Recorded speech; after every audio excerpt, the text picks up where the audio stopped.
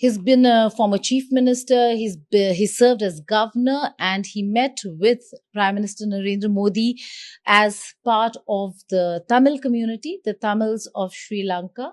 I'm being joined by the president of Ceylon Workers Congress, Senthil Thondaman. Thank you so much, Senthil, for joining us here on the network.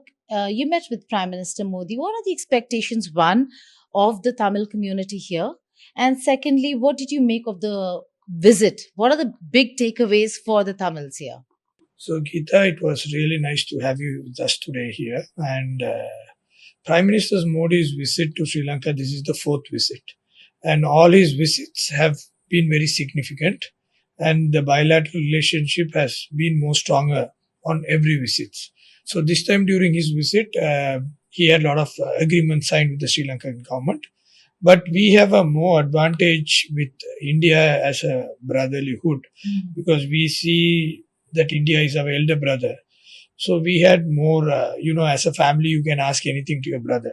So as we had a big economic crisis and the country went under a very big economic disaster, we feel that especially the IOTs, the Indian origin Tamils, have been very affected very badly because they were economically down. So we asked Prime Minister for sustainable projects in the plantation community as well as health insurances because in India I understand that they have some life insurance policies which they give for including the plantation community where they accommodate a huge number of people. They take care of the health services and all that. So we requested Health and life, it comes under a scheme. Very interesting. Can I just ask you this? Yes. What is the proposal? And even if you're looking at the proposal of a health scheme such as the one for the economically weaker sections in India, it will have to have government involvement. So how can government, because it will have to have the government of Sri Lanka also involved. What's the proposal here? So the LIC is already registered in Sri Lanka. They have a unit here and the LIC keeps functioning here. So what our request was, if Indian government can accommodate around 2 lakh families who are under the poverty from the IOT community and where their health sector will be insured.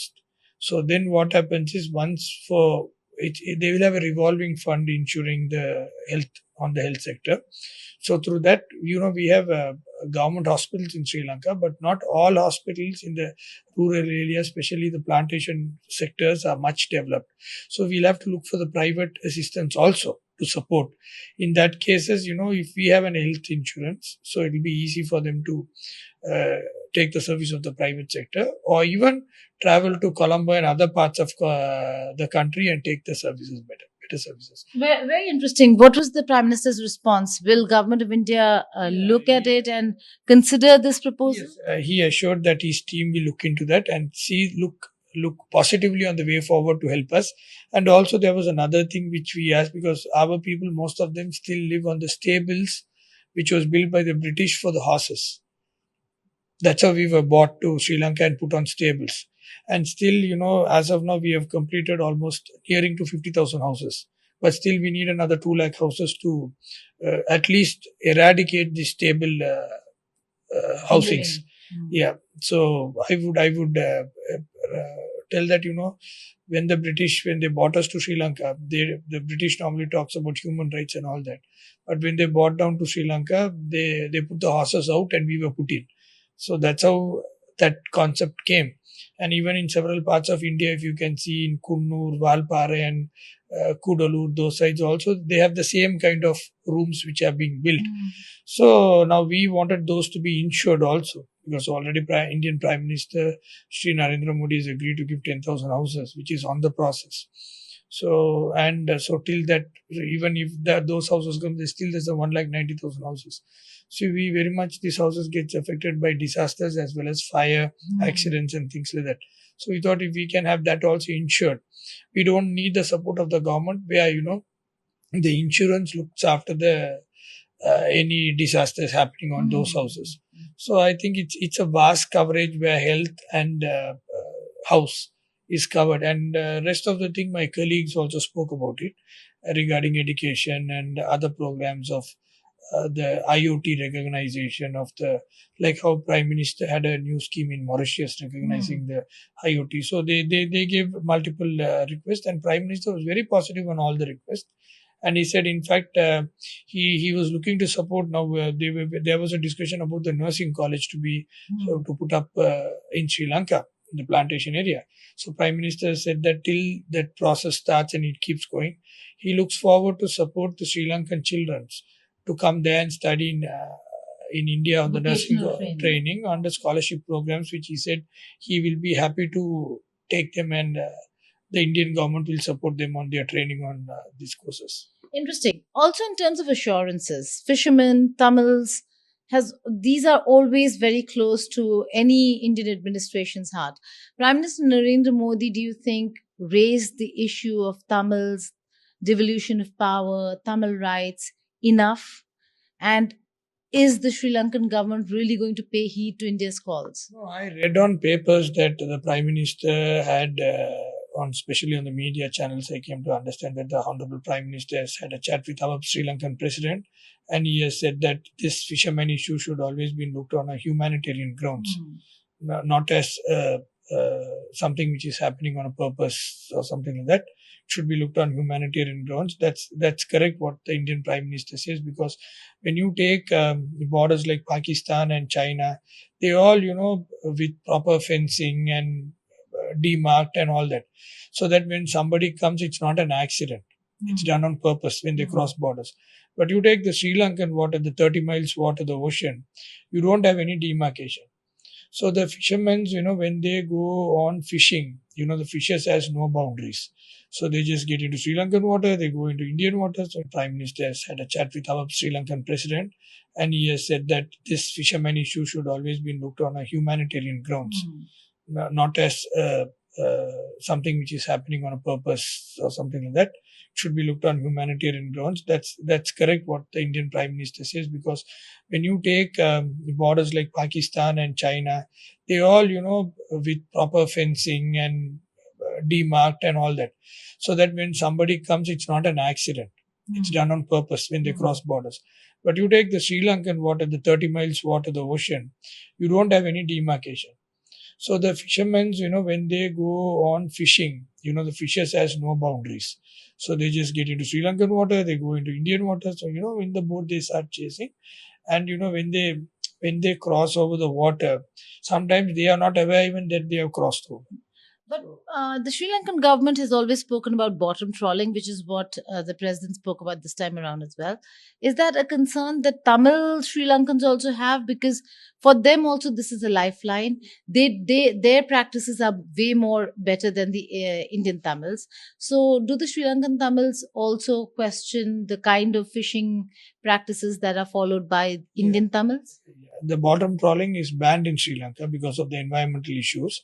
The Sri Lankan fishermen also keep on racing about this bottom trawling, and this has been for a very long time practice in India, southern India. They're using this bottom trawling, which is banned in Sri Lanka.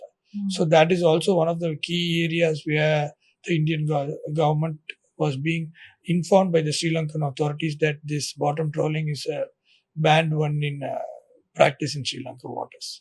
Right. The other very important issue, and because we're talking about Tamils, with Tamil Nadu elections around the corner, you've seen how in Tamil Nadu, politicians raised the issue of Kachativu. We have a resolution that Stalin has passed about reclaiming it. It has become a huge contentious issue.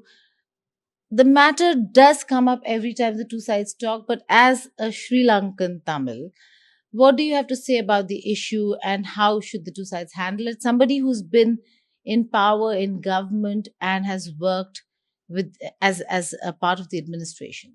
No, I think Kachativu was handed over to Sri Lanka on good faith and certain agreements which were made during that time. But with the continuous war on the northern side, it had the agreements were not fully implemented because of security reasons and things like that. But Tamil Nadu, not only elections, every time I think they are claiming that Kachativu should be taken back and all that. But the fishing issue is not only in and around Kachativu. Yes. It's in a longer belt. So Kachativ taking back might resolve a portion of the problem, but not the entire thing. So I don't think that might give an entire. This is my thoughts. I don't think that might give an entire solution for this.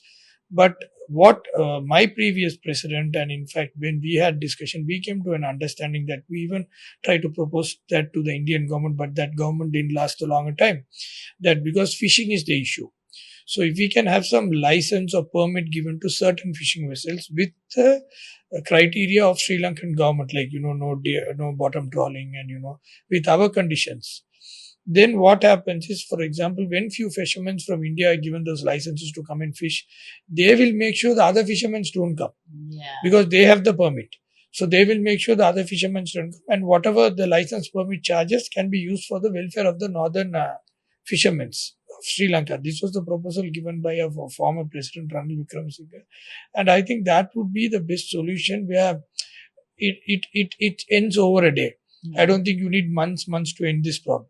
And in fact, then when I also met recently Tamil Nadu Chief Minister. Earlier when I met him also, once I proposed him also that if we can have more the fish.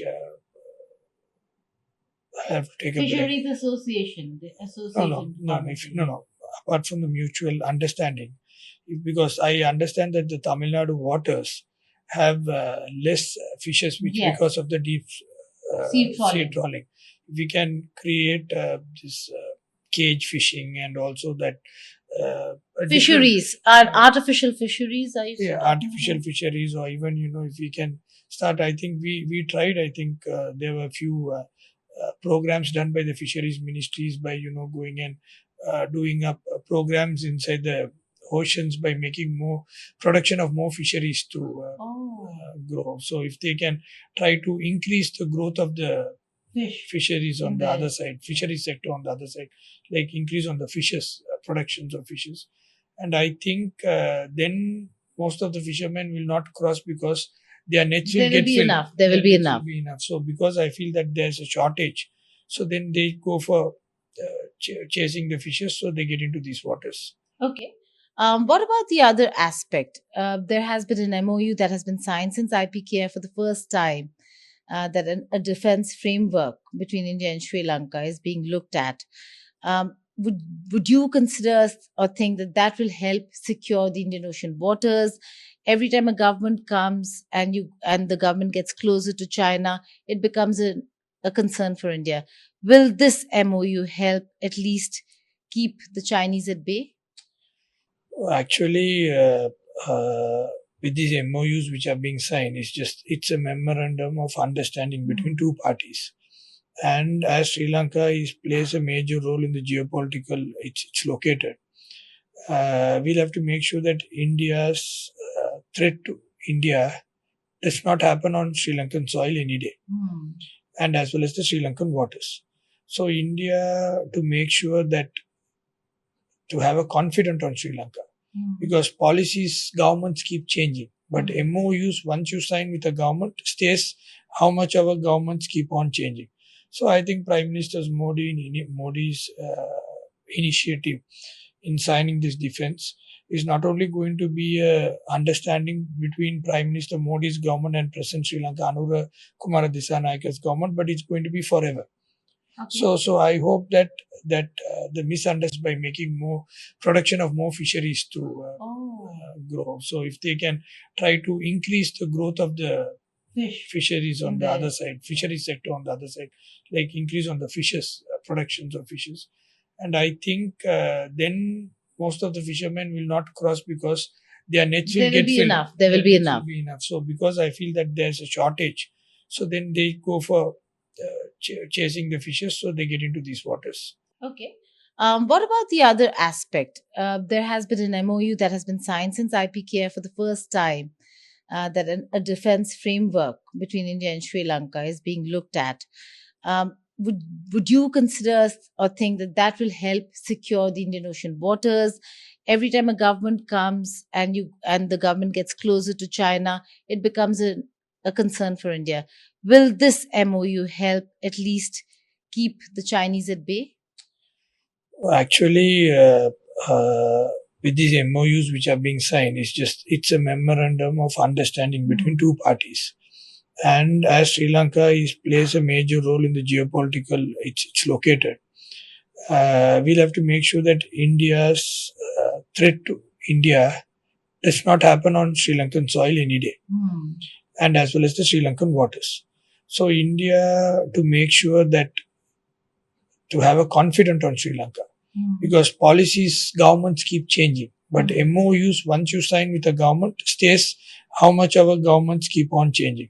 So I think Prime Minister Modi's initiative in signing this defense is not only going to be a understanding between Prime Minister Modi's government and President Sri Lanka Anura Kumara Dissanayaka's government, but it's going to be forever. Okay. So I hope that the misunderstanding that Sri Lanka is leaning towards China, maybe in a future government or present government, whatever, and all that will be, those doubts will be cleared, that it's not going to disturb the defense setup of defense threat to India. Right. But also, and final question to you before I let you go, the fact that Anura Dissanayake came to power on an anti-India critical campaign, and once in power, realizing the importance of India, he's accorded the Indian Prime Minister the highest honor. He's accorded India a lot of respect. And during this visit, it was quite evident. Prime Minister Modi was the first foreign leader to visit Sri Lanka. All that has happened, but he still has JVP as an alliance partner, but also certain elements within the from and factions from various parties that are anti-India and pro-China. Do you think the leanings of President Dissanayake could change in the near future, and India could face problems because once they're out of their economic situation, their politics could change? I don't think Sri Lanka is going to come out of the economic situation as for the nearing days, because we have an IMF program which is going, and the IMF is very clean. IMF is very clean about it, that we must make sure that we follow the IMF rules and regulations and their terms and conditions. So the President Anura Kumara Dissanayake, he himself is from the JVP. So JVP has always been it's an anti-Indian party in Sri Lanka. They have raised objections on all Indian projects which has come to Sri Lanka, and now I understand that he's improving, because politically handling things, political speeches are different from running a government. When you run a government, like what I said, you will have to respect the previous MOUs, you will have to follow the agreements made by the country and all that. Just because you gave a political speech and you are from that political party, you can't change the policies of the national policies of the country. So I think now he understands that, and over a night nobody can show a U-turn. It's going to be difficult even for the president. So I think he's now showing the changes, that yes, he understands the importance of India, and he knows that Sri Lanka has a problem. The first person who's going to jump in to help us is India. So should we keep looking over the shoulder that the Chinese could come? No, Chinese relationship, and that for long, President Dissanayake cannot refuse the Chinese. Chinese relationship with Sri Lanka is also there. I will not deny that there is no relationship with Sri Lanka, because Sri Lanka has also borrowed loan and has also got economic benefits from China and all that. But the relationship with India is like a brother, and the relationship with China is like a friend. So there's two difference, with a brother and a friend. So like that, but I don't think India's influence or India's projects or India's stand in Sri Lanka will change because of China, because China, they have a same policy throughout the world, but India has a neighborhood first policies. So under neighborhood first policies, we saw during the crisis period how India helped and how other countries helped. So when a man is in huge disaster, in a huge bankrupt situation, so that time when you don't help, other time when you help, it's not going to work more. So, but India helped that time. They had no conditions. They, in fact, they went beyond their limitations to help Sri Lanka. So that gives a very big goodwill among the people of Sri Lanka. So I think this award, which was given by our president to Prime Minister Modi is not only making that proud that it was given to the Indian Prime Minister, but it makes us also feel proud that we have done something justice. And because we have awarded a person who has helped us at the time of need. All right. Lauding the government for awarding Prime Minister Modi with the Mitra Vibhushana, but also saying that there is a lot that can be done. There is potential between India and Sri Lanka, potential for the Tamil community, and a proposal that comes from Senthil Thondaman. Let's see if the Indian government will be looking at health insurances and life insurances for the Tamil community, Indian origin Tamils here in Sri Lanka. In Colombo, Geeta Mohan for India Today.